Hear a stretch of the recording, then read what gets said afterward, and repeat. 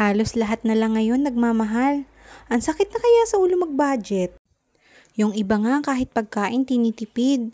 Pero sa case namin, maggagalit ang aming daddy kapag tinipid ko sila sa pagkain. Kaya sa ibang bagay na lang ako magtitipid. Dati-rate sa mall ako bumibili ng dishwashing soap. Ngayon, gumawa na ako ng sarili ko. In-order ko lang ito online. Pagkatapos, sinunod ko lang yung instruction na nakalagay sa package. Medyo challenging kasi kailangan mo siyang haluin ng haluin. Medyo masakit sa kamay.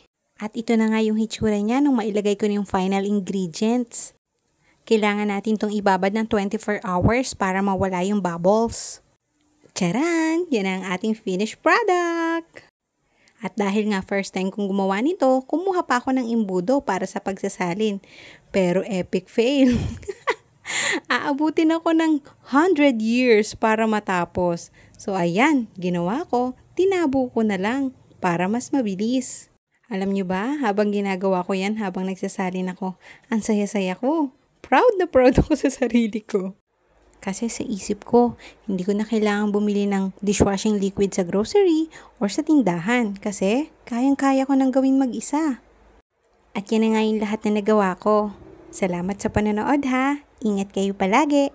Bye bye bye. Mwah mwah mwah. Chup chup chup chup.